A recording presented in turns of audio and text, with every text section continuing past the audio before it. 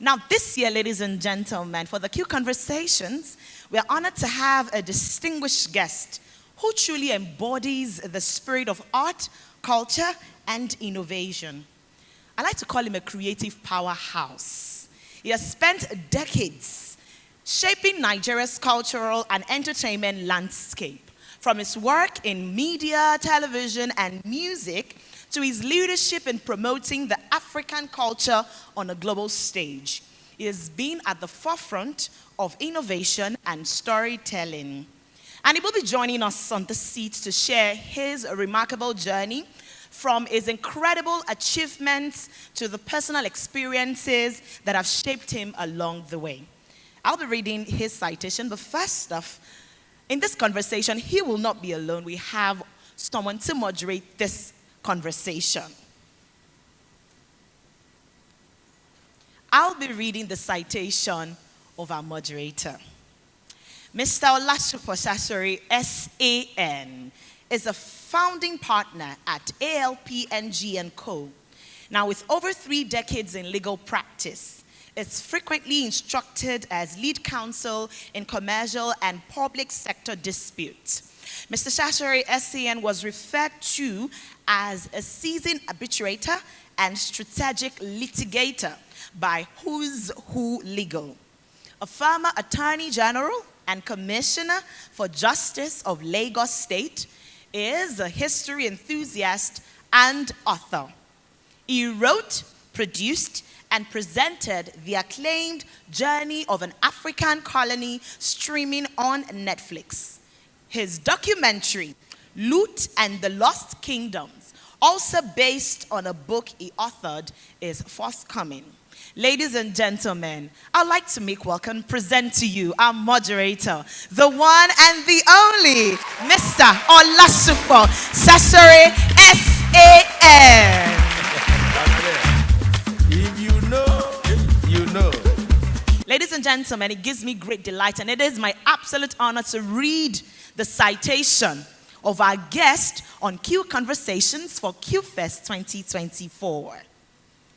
Mr. Obi Asika is the Director General of the National Council for Arts and Culture Nigeria and a prominent figure in the Nigerian creative industries with over 3 decades of experience. Now, before his appointment in January 2024, Asika was a multi-award-winning creative entrepreneur who founded Storm 360 and Storm Records and executive-produced major events such as the FIFA Under-20 World Cup in 1999, Big Brother Nigeria, and The Apprentice Africa. He has served in various public sector roles, including the Senior Special Assistant to the President on social media, and has contributed to numerous federal government committees and creative sector boards. Mr. Sika, ladies and gentlemen, is also an internationally renowned leader on the African creative and cultural economy, serving on the advisory board of the Smithsonian Museum of African Arts and delivering presentations at prestigious institutions all over the world. Qfest 2024, with a warm, deserving, and a lustre applause. Please make welcome to the stage Mr. Obi Asika, the Director General of the National Council for Arts and Culture. Welcome, sir. Such a great honor. Please enjoy. Yeah, well, it's nice to be here. I don't even know if I should be feeling good or bad, but we'll survive. Yeah, right.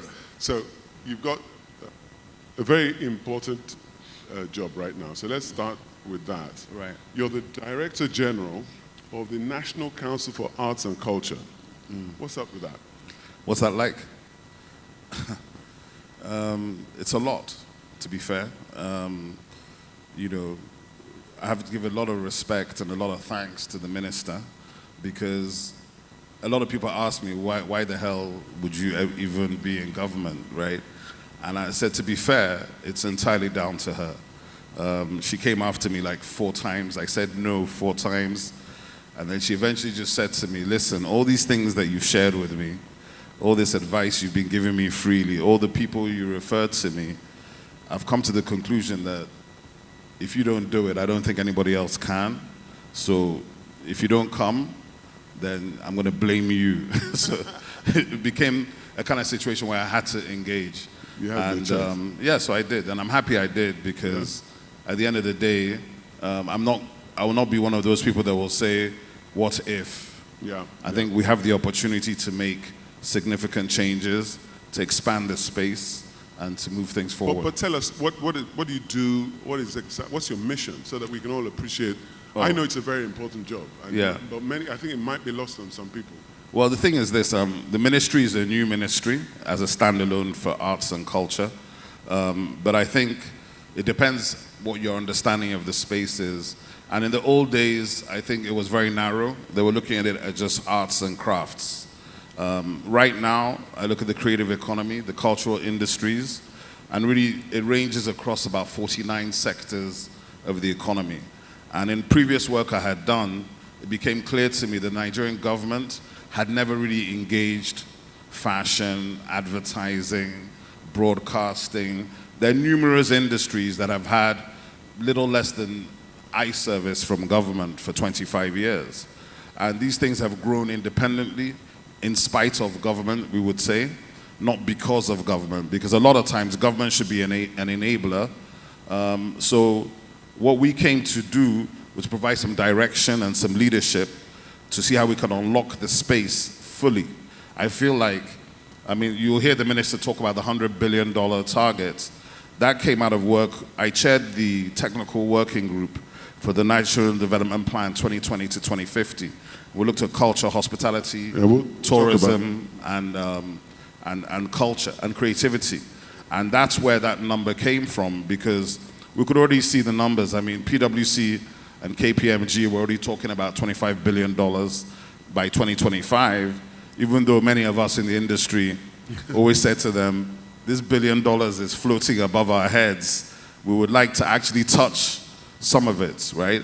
But I think the fundamental thing is that what I've come to understand over the years is that Nigeria has never really invested in Nigerians. In Nigerians. Industries. Yeah. Because the creative industries are just the expression of Nigerians. And that cultural expression, that creative expression, and all the things that go with it are the things that we need to invest in, because when you do that, I think the exponential growth that everybody's looking for will come naturally. Yeah. So we're going to look forward to that master plan, right? Yeah, the master plan is done. I think we've spent, my colleague is here, Tola, we've spent maybe the last 6 months on master planning. There's a lot of work being done in terms of the roadmaps and all of that. And that's going to cover the activities in this sector till 2050. All the way through. I think we really are going through to 2030, but you know how it is. If you reach a certain inflection point, then, really, and it's really for the private sector, because everything we're doing is PPP. It's public-private partnerships. Okay. We're not going to overly rely on governments. Are we going to get to see this master plan? This is going to be published. Oh, definitely. I can share some of it even today. Fantastic. Can you clap? Had you guys heard of that? I hadn't heard of that. It's great. Well, we need to do better work communication. Well done, well done. Well, but hold on. Obiasika in government. No, hold on. Let me ask the question.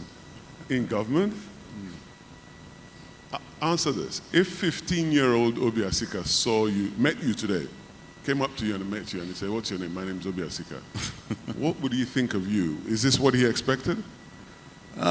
He wouldn't be that surprised. The only thing he might think, I might be in government for sports, not necessarily for culture, because at 15 I was literally, as far as I was concerned, I was world class at least 6 sports, and I was getting offers from professional clubs, and I did sports business as well. I still do, and I feel like sports and culture is kind of like where I've lived my life. So he wouldn't be surprised. He wouldn't be too shocked. Would he be disappointed? No, not at all. I think I'm blessed. The way I was raised by my parents, we understood early that the highest form of human expression was the intellectuals. Wow. And the intellectuals hold everything to do with the arts and culture. I didn't know it was soft power at the time, But that's what my father was doing, and I've done it all my life, and that's where I am. Fantastic. Yes, please. Thank you. Thank you. You've given me some 3 lovely segues there, and I'll take the first one. And I noticed all of them. But let's take the first one. Your parents. You were born in 1968. Yeah. And that was the beginning of the Nigerian Civil War. Yeah, 1 year in. Yeah. We're well into the thick of it by that time. And where were you born? I was born in Lagos. So you were born in Lagos, and the whole of the country was at war, and then you found your way to Enugu at some point. 1970. 1970, at the end of the war. Yeah. But then from Enugu, you found yourself in Eton. Well, yeah. So let's do that trajectory. Lagos, Enugu, Eton. Who does that? Well, I mean, my mother was staying as a guest at Marina Estate House in 1968, and she always used to tell me that the last time she drove a car was to give birth to me. I think there was nobody around. It was past midnight, and I was coming, and she just said, you know what? So you were told? Yes, I'm told. And she took off, I think 2 a.m. or 1 a.m. To Island Maternity Home, where I arrived. And then in terms of Enugu, of course, my father was administrator of the East Central State, trying to lead the East back into Nigeria. And but he wasn't taking me to the front or anything. I think I arrived in Enugu sometime in 1970. And I was in Enugu all the way through his administration. I went to Ekulu Primary School. So for those in 042, which is Enugu, that's a lot of us went there. Lillian's Day Nursery School, and then by 1977, I went to prep school in England. My mother shifted us, and it's interesting because she had a friend in Switzerland who was, I think, her cousin or something, who wanted us to come and live with her and go to some school down the street where her kids were going. And we went to London, and my mother decided on we got into London on a Friday, and he said on a Saturday we should go to either Harrods or Selfridges, and they have this school section, for school uniforms. I said, let's go and window shop and look at this stuff. I'm 8 years old, so there are no choices, we just followed. Do as you're told. Yeah, exactly, just followed Mumsy. And I remember some white guy was watching us, and he came up to my mother and said, oh, where the kids going to school? Because it was me and my younger sister. And my mother goes, who are you? Why are you asking me? He goes, no, I'm just wondering, because obviously you're looking at school uniforms, and I'm headmaster of a school. And he goes, oh, that I'm taking them to Switzerland. And he was horrified. He was like, why would you be taking them to Switzerland? This is the best schools in the world are here. And he just went off on a whole spiel. Cut a long story short, he convinced my mother that she should come and see his school. And he showed up the next morning at the hotel and drove us down to his school, which was in East Sussex. And we got there, and I'll never forget, as we drove into the drive for the school, I'm coming from Enugu. My father set up Enugu Rangers. Football is my thing. And I see about what looked like about 100 football pitches on the right. So I just took off. They parked the car, I jumped out the car, I ran across, and I started playing football. 3 hours later, my mother comes out and goes, I think you should talk to this man. And the man goes, you have to come and take an exam. I'm like, exam? I was playing football. He says, come and take this aptitude test. So I took an aptitude test. And the next day, he called my mother and goes, he has a place. And my sister, who was 6, who was not supposed to be going to school, refused to be separated. And she now started as well. So we started at both of our birthdays in October. So I think I started like a week before my 9th birthday, and she started before her 7th. And this prep school led you to Eton? Yeah, well, again, at prep school, I was very, very athletic. Doing a lot of sports. And my headmaster was an old Etonian. But the Eton thing, when I was 10 years old, he came and met me and he said, where are you going to school? And I had already planned with my best friend, a guy called Mark Sidley, who's late now, that, I'm going to Marlborough with him. And he looks at me and he goes, why would you be going to Marlborough? I had no idea why I was going to Marlborough. I just said, well, my best friend says he's going to Marlborough, so we're going to go together. So he said to me, I think you should go to Eton. I had no idea what Eton was. And he goes, I said, why? Says it's the best school in the world, blah, blah, blah. Anyway, that Sunday, he drove 6 of us down to Eton, where you have to do this aptitude test before you're 10, another aptitude test, whether you're going to get in. And I got there, and I was interrogating all these people at this place, because I didn't like it. I was like, they're all wearing tail suits, it looks very boring, very dry. But then I saw the rugby first 15 playing a game. I was more of a football person, but I played rugby as well. And there was a Nigerian guy that was totally dominating the whole thing. And I could see the whole school was just singing his name. So I was like, okay, this looks like I could handle this place. So that was it. That was it. And was it, some of you might not know Obi's name, and I'm finding it strange calling him Obi, because really I can call him several other nicknames. So one of his more famous nicknames is China. And I'm about to ask him, was it in Eton that he got the name? No. The China comes from my father. It comes from my father because my father would even say, my name is not even really Obi, right? My full name is Obodoe China. So China is the last 5 letters. But Obodoe China means my country will not die, right? Because I'm born during the Civil War. So I'm named for the East and for Nigeria. Well, yeah, that's the name. So you're an embodiment of that survival. 100%. So now you know his name is China. You can call him China anytime. But tell us, what was it like? So we're now 1970s, sort of like early 1970s, or maybe middle 1970s. You got to Eton what year? Eton 82. 82. Okay, so we're early 80s. What was it like? You couldn't have been many black people in the school. This is one of the oldest schools in the UK, 1400s it was. Probably the 3rd oldest, I think, if I'm not mistaken. And it's highly establishment. It's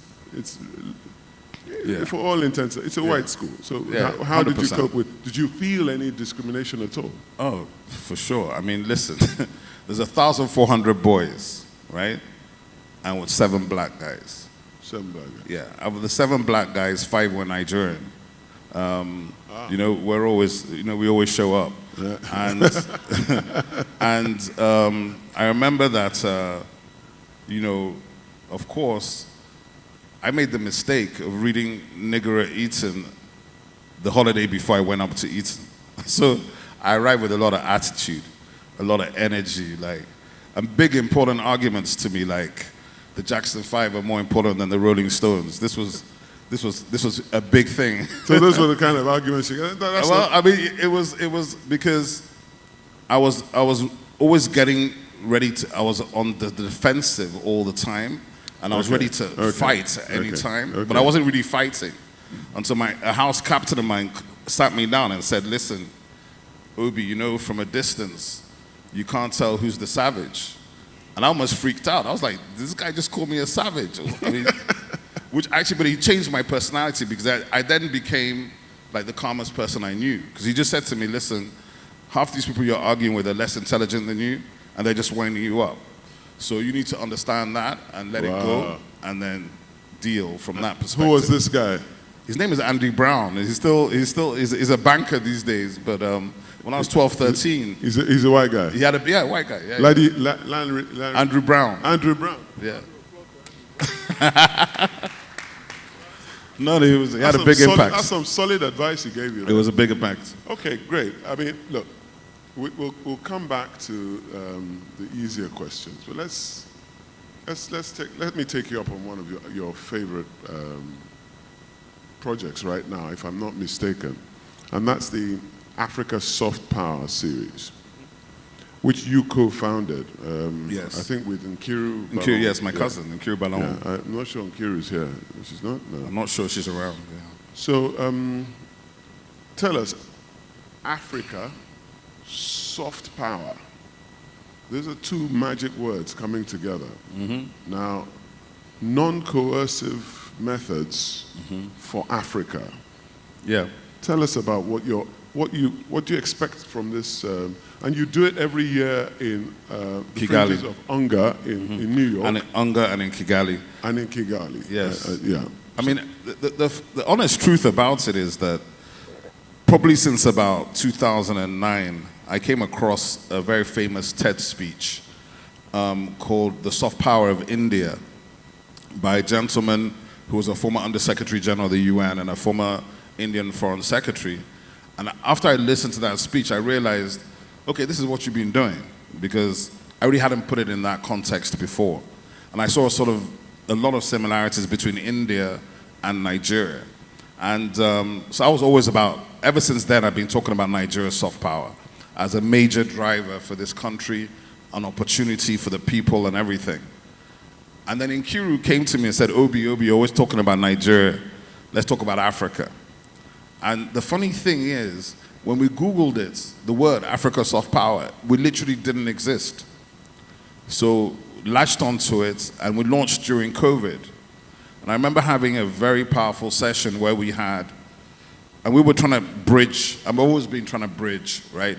So we had people from the global diaspora, Africans on the continent, and Nigerians.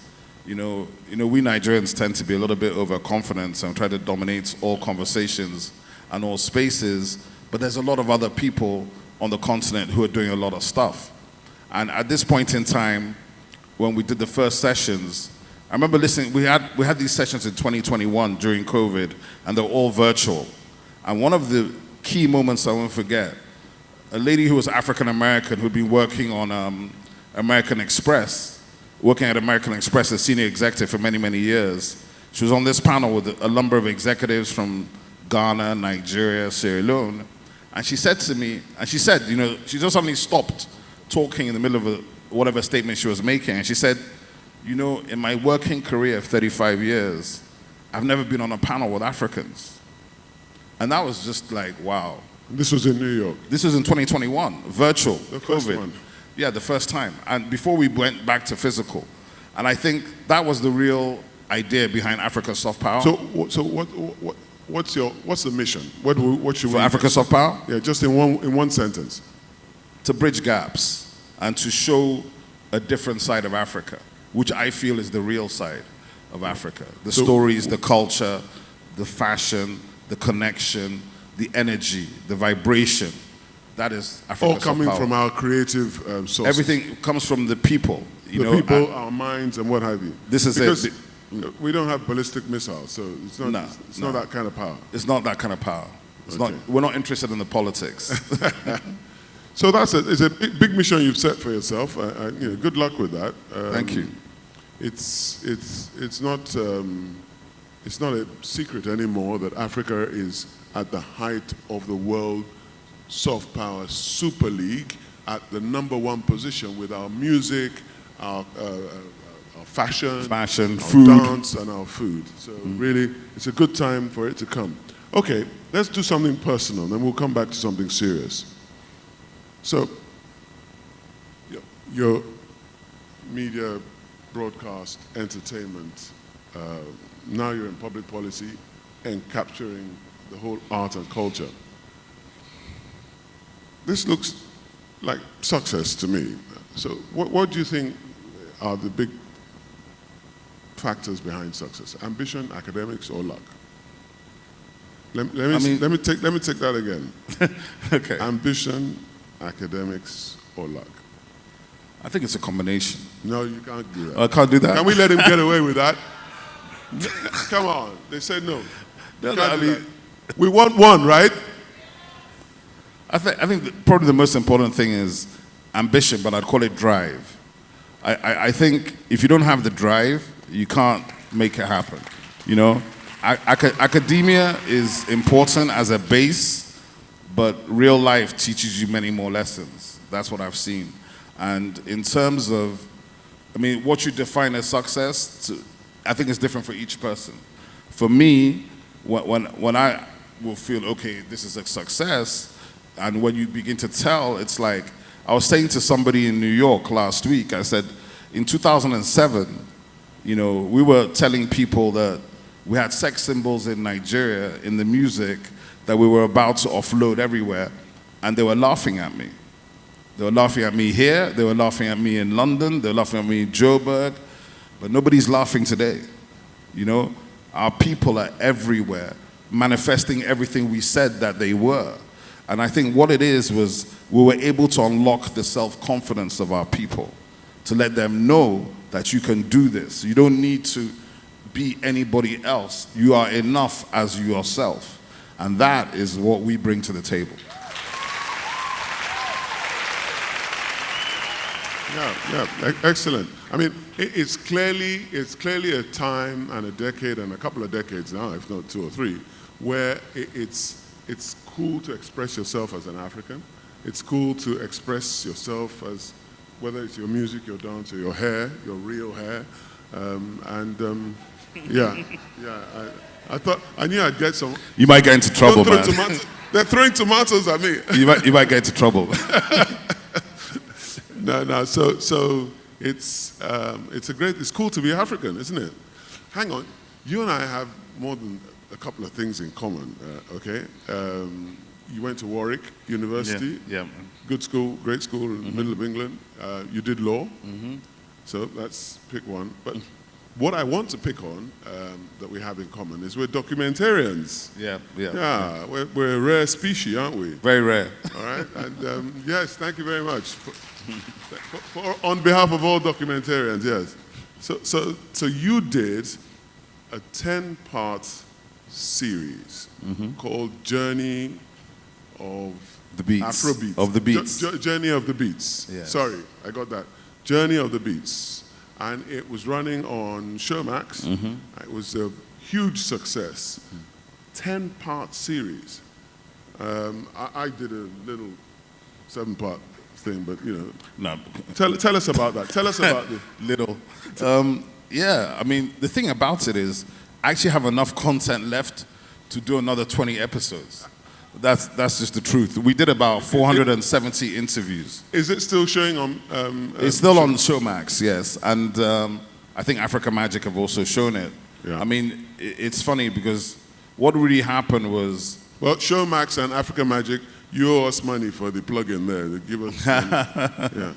No, but I mean, for me, it's fundamental in the sense that, again, it's like when you look at African American music, which has had so much influence in the world, and you look at that music and the journey of that music comes from here. So when you look at hip hop, you look at dance hall, you look at the blues, you look at any of those genres, their foundation is call and response, which is indigenous to Africa and to us, especially the Ogene of the Igbo, the Ori and the Oriki in the Yoruba. These things are foundational. Yeah. And that connection was really the story that we were telling about the fact that it all starts with us and it's ending with us because at this point in time we're coming. Some people may not understand what call and response means. The basis of, and he's probably a better position, but I'll just say the basis of African music settles on a lot of call and response. So if I say, hey, you say, oh, let me do, hey. There you go. That's and congratulations. It's a big difference from European music. Yeah. You see. Yep. And another thing it settles on, Obi, if you remember, is the African tri-beat. Yep. The 5-part beat. Yep. That's it. I mean, if you start, rather start freestyling. So your 10-part documentary looked at all those things. We start from 1,000 years ago, Wow. and then we come into the modern era, and then you look at how the music came from the returnees, from Jamaica, from Kingston into Ghana, and became high life, and then came into Nigeria, and then the Nigerian evolution over the last sort of 100 years, which is enormous. And then you look at what is possibly happening going forward. I mean, when I first said Ashake, I remember I was sitting with his manager about 2 years ago, and I said to him, I worked out something about this music. I said, there's a combination here of Fuji and trance. If you've ever listened to trance music, Ashake, you know, and you have the Celestial Church, the Celestial Church. If you listen to their music and listen to Ashake, it's basically the same thing with the Fuji elements and the trance inside. Yeah. So, yeah, that's a quick insight. Can we just have a little snippet of Ashake? Just add some flavor to the conversation. No? The DJ is slacking it. Yeah, he's slack. And I think he's finding the record, though. Yeah.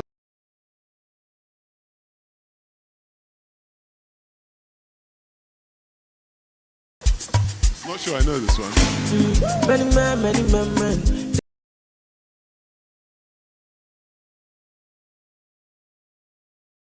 The reverb on the melodies Yeah. is church-based. Yeah. Okay. Yeah, TikTok. Money.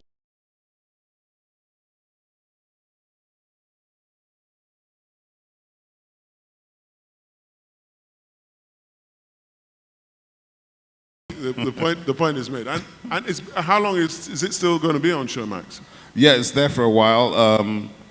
One of the things about that is, problems about these things being on platforms, Yeah. trying to get it to bigger audiences. Yeah, it takes me to the next question I wanted to ask you. As a creator of such content, I know the attention and time that it takes into making a Nightmare. documentary. Having done that, what's your view about the state of distribution of African film, and particularly the documentary genre? I mean, It's very difficult. I mean, there's a chap called Neo Lagunju, just as a segue from this, who's a visual artist, sculptor, fine artist, top level, really interesting background. And I met him a couple of years ago. One of the things he does is he's been documenting a lot of the Nigerian festivals. So the Argungu Festival. how does he distribute it? That's the No, problem. he doesn't have distribution. I have all the originals. I have like 10 documentaries from him. Incredible. I mean, the level of the documentary, the voiceover, everything.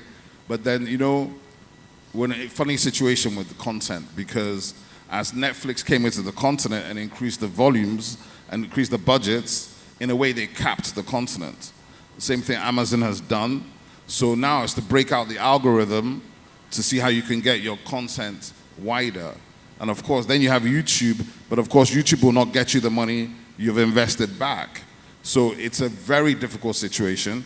And one of the things is about possibly, like in the situation where it was mentioned earlier, but my good friend Dayo Gunyemi, who has spent 3.5 years and has finally just announced the first part of the deal for Things Fall Apart.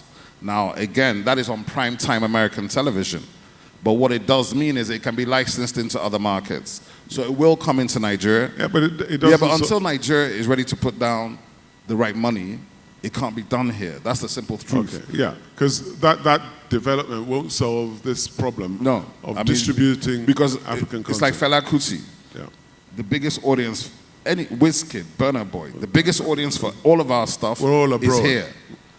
But if you don't create the platforms To that you go can abroad. monetize here, I will go and sit where I can monetize.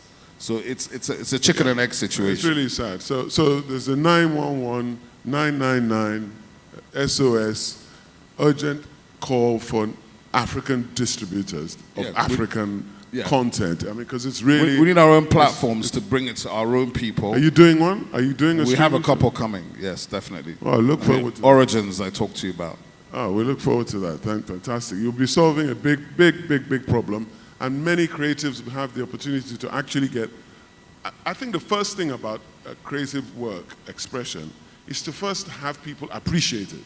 Exactly. Of course, you want to make money from it, but the first thing is to ventilate it and have people see it. It's very frustrating when you make important work and the majority of your people haven't seen it because they don't have access to it. Yeah. Right? And that is happening increasingly to a lot of us.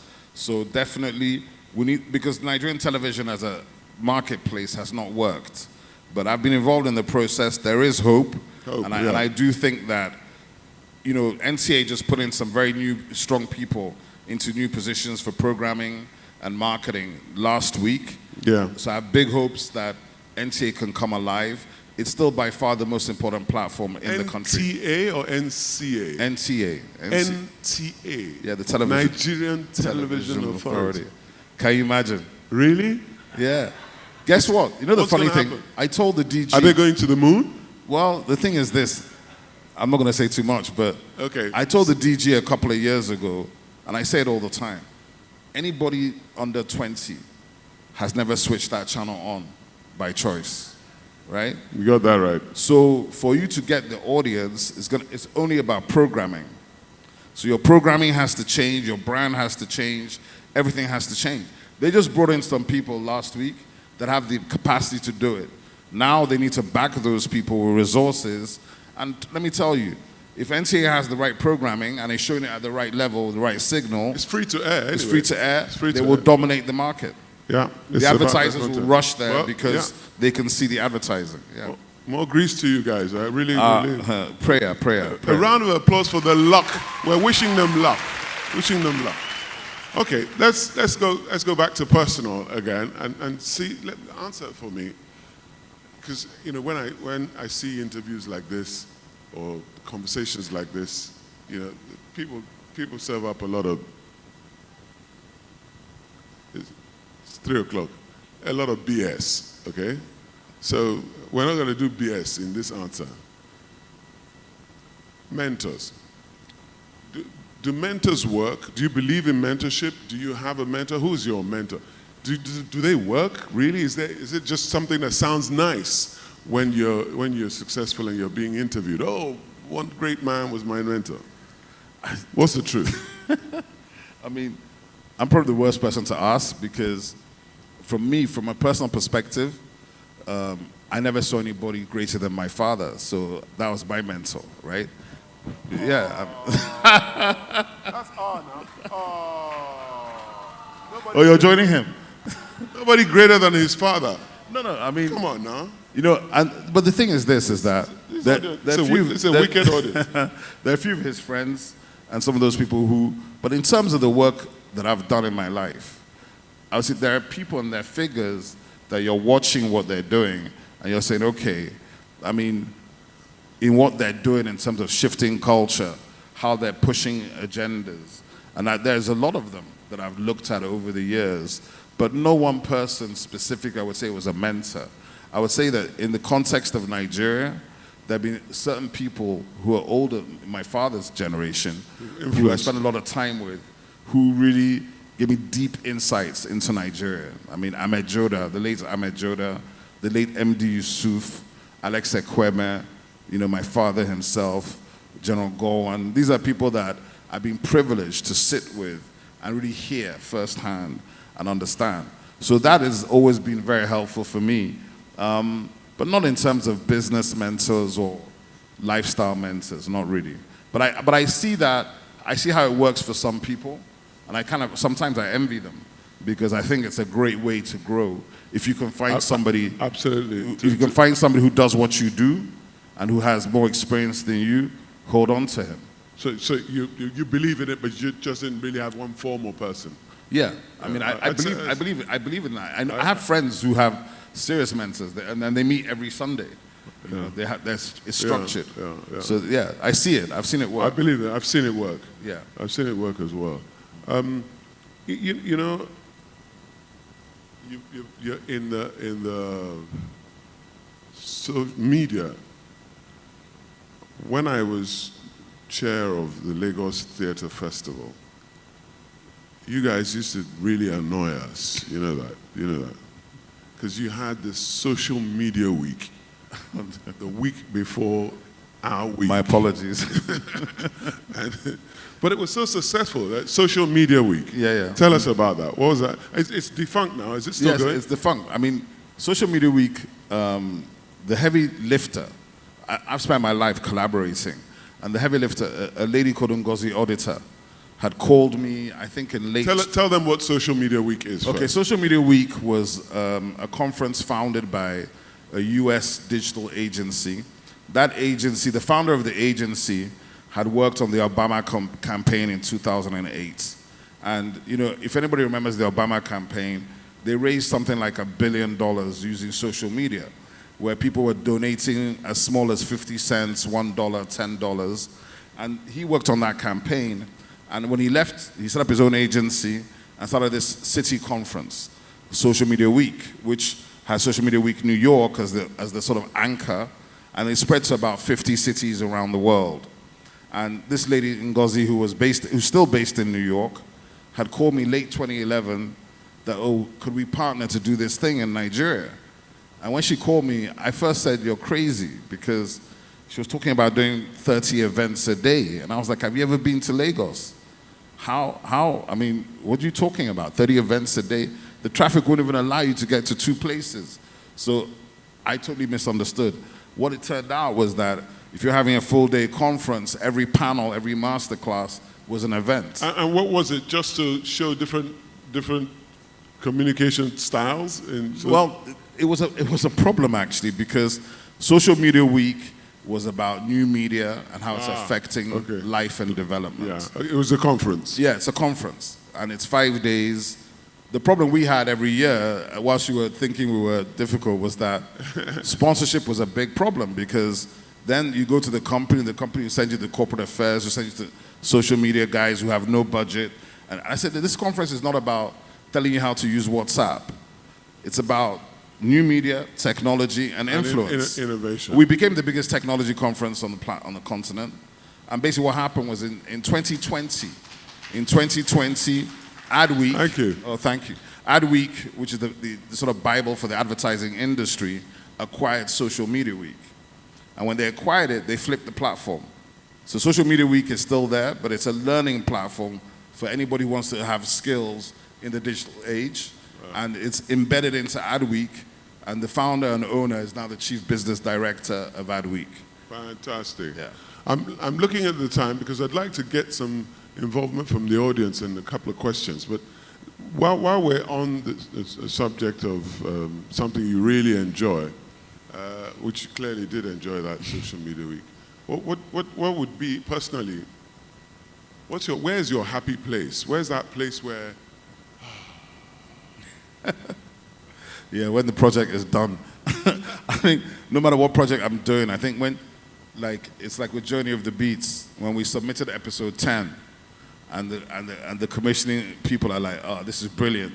Then I'm like, okay, I could take time off for the next few days or weeks or whatever. So finishing stuff, getting it done, taking it from talking about it or ideating it to it being a finished thing, whether it's a music project, a reality television, documentary, live events, whatever it is. So your happy place is a feeling. It isn't a physical place, and no, it's not a physical place. It's a feeling. It's a feeling. Yeah, fulfillment. Oh, great! But Showmax, it sounds as if they are paying you a lot of money, more than Pardon? Netflix. I'm in Netflix. You're in Showmax. It's as if they're paying you better than me. I don't think so. I don't know. We should let's talk can about compare this notes. All right, ladies and gentlemen, I've had a 45-minute conversation with Obi Asika, the DG of National Arts and Culture Council, the Council of National Council for Arts and Culture. Yeah. Are you guys the ones who did National Theatre? We're not the ones. My colleague has left, but she's... So the National Theatre, as you all know, has been restored. It's really been rejuvenated for more money than I can count. Something in the billions of billions. And it's all been redone. It's going to be open soon. Do you want to tell us about it? No, definitely. We're hoping that it will be open before Christmas. I've been on a tour of the facility. There are some, to be fair, Tola has already done a lot of programming for 2025. And anybody who's interested in using that place, you better reach out now, because I'm trying to get some states and it's proving difficult. By Tola, he's referring to the DG of the National Theatre. Yes, she just left. Oh, she just left. But but definitely what you'll see is that the programming that's coming in there, we were in New York last week. There's this incredible artistic director who is going to be announced. He's Nigerian. He's the only Nigerian I've met that is... There'll be an artistic director for the National Theatre, yes. He's the only Nigerian I've met who's composing. He's composing music in Hollywood movies right now. So it's going to be dedicated to the arts?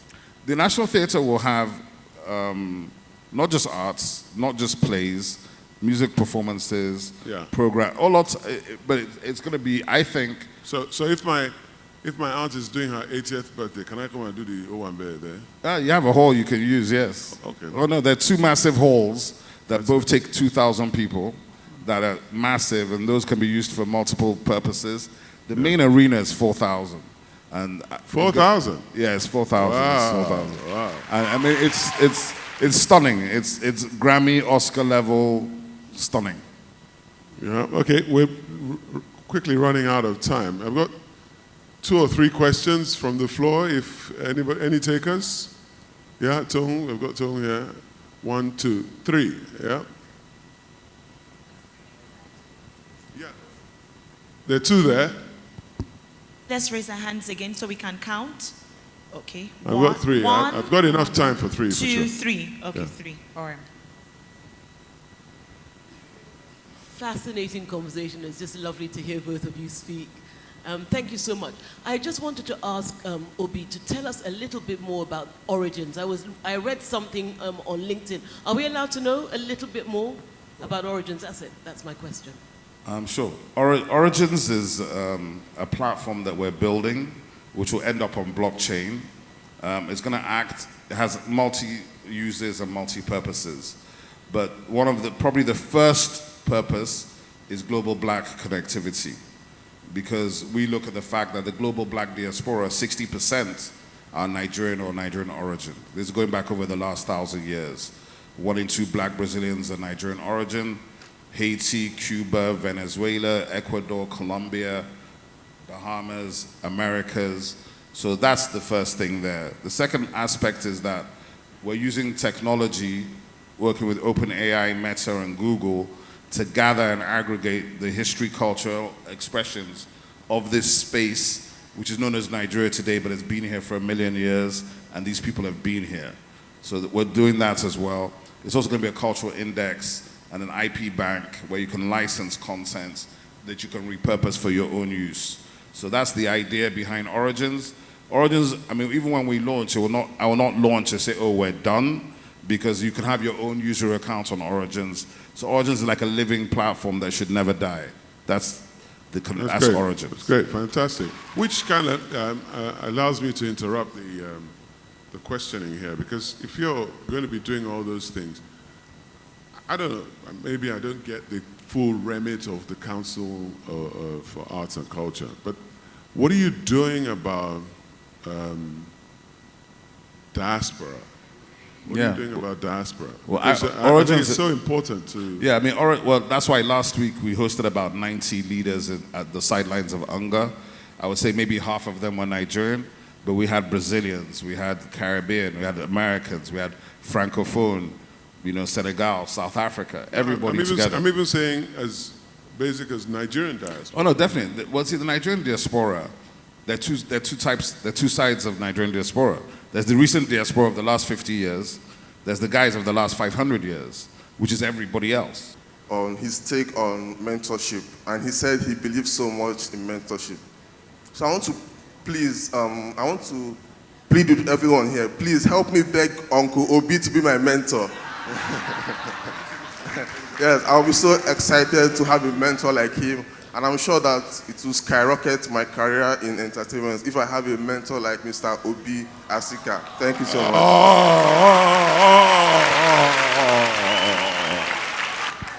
Come on.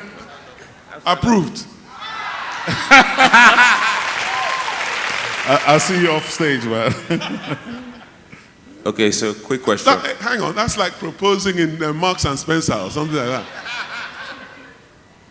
Sorry, go ahead. No problem. Good afternoon, sir. Thank you so much. Good afternoon, sir. Thank you very much. My question is around live and festivals on the continent. Burna, Wiz, David, Rema, all the big guys go abroad and do concerts in the US and Europe. When are we going to start to see them touring on the continent and actually, I know the arena is coming up by chairman and all that, but what do you think are the blockers and the roadblocks to getting that done, the infrastructure? Thanks for the question. Well, you're talking about the Lagos arena? Yeah, Lagos one is one. Okay. I also have an arena coming in Abuja, and we have a partnership to build 6 arenas in 6 state capitals. Now, even without the arenas, Nigeria has 40 stadiums, 400 polytechnics and universities that all have mini stadia, and thousands of event halls. What we don't have is a network of promoters, okay? Because the business of live is the business of promoters. when we activated the Afrobeats ecosystem in the music industry 20 years ago, we were intentional in getting the brands on board, getting corporate on board to push and use the music for brand experience. But brand experience is not the same thing as a concert. So brand experience, Glow will come to your university, they'll bring 7 artists, they'll do a Glow campus storm, and you get, little PAs from 7 artists. But a concert is 1 artist, maybe with an opening act, coming to the venue and shutting it down. I think we're still 2 or 3 years away from full domestic touring, but I can tell you that we're trying to build to that, because what you want to have is a situation where a Burna Boy is filling out stadiums in at least 10 different countries, so we know he can sell stadiums in Nigeria. Is it an audience or is it the content? It's a combination of... or the venues, all 3. How? Is it the venues, the audience, or the content? The audience is here. The biggest audience for our stuff is here. So the venues and the experience. Okay. It's the experience that you deliver that makes people come back and pay for it. Okay. Yeah. So we do have a couple of arenas coming up, and yes, hopefully definitely. the ability to have that concert experience is going to come. I can see a question coming up there, but quickly, Nigerian Idol. Oh my God. How did you get in? You guys must have been listening to some real rubbish, because I hear what we see is a lot edited. There's a lot of rubbish that's edited from what we see. How was that? Painful? I do. Well, the thing about Nigerian Idol is... You had something to do with bringing the brand to... Well, not Idol specifically, but many years ago I created a format called Naija Sings, and I produced a format which I created in Ghana called Vodafone Icons. So we've done the music reality thing, but typically what people wouldn't know is most of these shows people have been seeing, we were producing them, but we're not on screen. So, which is great for me, because then nobody knows my face. I can just live my life. Then the Nigerian Idol guys came, and I don't even know why, but I said yes.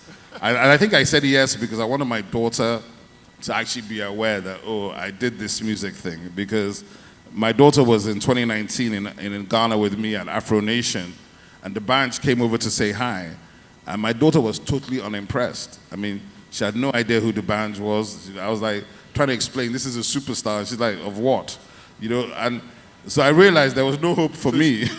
You wanted her to believe that you did this. Just believe that a few people know her daddy for something, right? So, but the thing about it is, once you go on those shows, then you're no longer... I know the feeling. I know the feeling. When my kids were young, I drove so much everywhere. I drove the whole family everywhere. They must have thought I was a driver. So, look, it's 3 minutes, and there's one question there. Okay. Apology. Good evening, everybody. I guess it's a question to my big brother and Obi. So, in the spirit of the young shall grow, I see some young women, young ladies from a school. Yeah. And I'm just thinking, in the spirit of the young shall grow and the future, maybe they might like to ask a question. That would be great. That's all. Fantastic. That's my question. Fantastic. So I'm going to walk over to them. Oh, thank you very much. And who's their teacher and who, maybe there'll be a question. Oh, thank you very much. Well done. That's very good. Perhaps you can come and take this microphone. I want to play golf. So you can do the rest of the...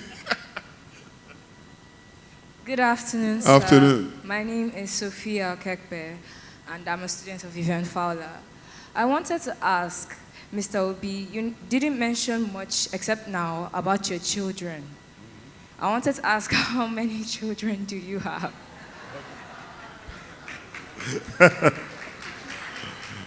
Are you sure this is a good idea? I should have brought my daughter along. My daughter, how old are you? I'm turning 13. You see, my daughter's 13, same age as you. So I have one child, and that's it, my daughter. She's 13. Does she know? Does she what? Does she know you're a celebrity? Well, she's been to Nigerian Idol, so she kind of worked that out. Anyone else? Other kids? Good afternoon, sir. My name is Esther Ajayi. I wanted to ask if you can explain more on the Africa soft power. Okay. Well, Africa soft power, I mean, just as my friend here was explaining, soft power is typically actually, it was invented, the phrase was invented by a Harvard professor called Joseph Hugh, and he was talking about the use of non-coercive force. Now, I just felt like that's too complicated a word to use for school kids, but force in terms of military force, industrial force, which is typically how nations measure power, leverage themselves, and enter wars and treaties. But soft power is more about diplomacy and using culture, art, music. So 40 years ago, before you were born, there used to be something called the Berlin Wall. The Berlin Wall separated Germany into two, East and West Germany. And the West Germans were on the western side of Europe. The East Germans were on the Russian side, and the whole world was caught in something called the Cold War. When the Berlin Wall went down, after 40 years of posturing between Russia and America, it didn't go down because of nuclear bombs. It didn't go down because of warfare or who had the biggest rockets. It basically went down because the East Germans wanted to access McDonald's, Levi 501s, and the lifestyle that comes with that. And that's soft power. So I hope that helps to explain it in a way. Yeah? Even I benefited from that. I think the sign says time's up, but, you know, I guess that means time's up.